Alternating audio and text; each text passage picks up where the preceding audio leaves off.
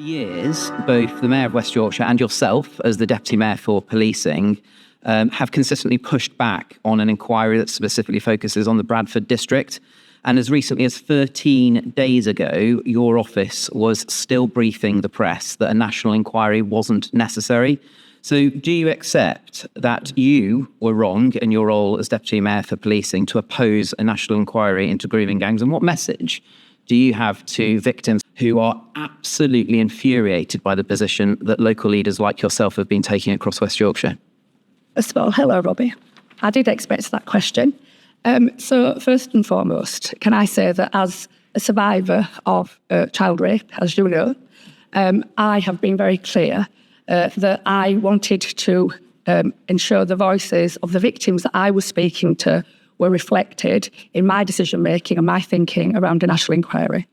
The victims, many hundreds of victims that I was speaking to, and I shared this view as a survivor myself, believed that an inquiry would not lead to the outcomes that they were seeking.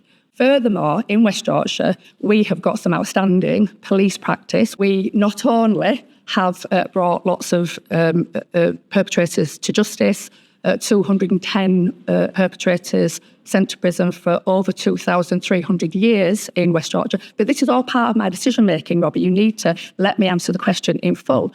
It's frustrating that it's taken a national embarrassment to get you and the Mayor of West Yorkshire to change their position on this.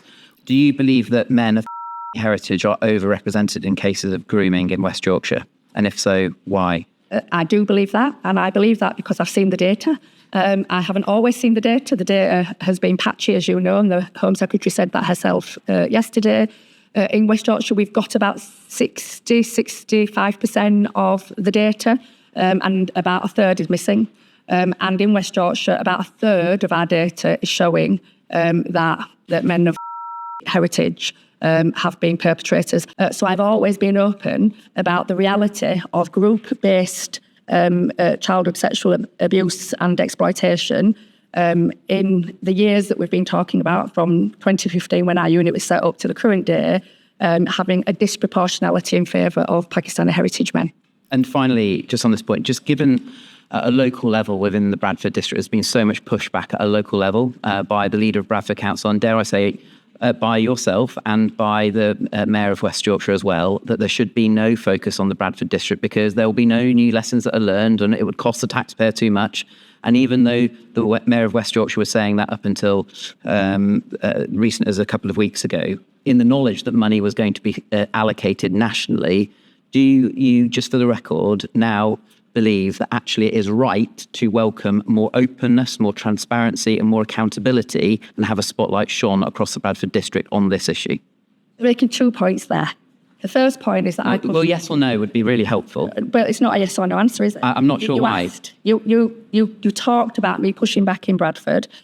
My narrative was that there had been many, many reviews, 74 or less, you decide, and that the work that we were doing in West Yorkshire collectively and the voices that I had heard, the voices of survivors and victims, was that I didn't want a review anywhere in West Yorkshire, and Bradford is obviously in West Yorkshire.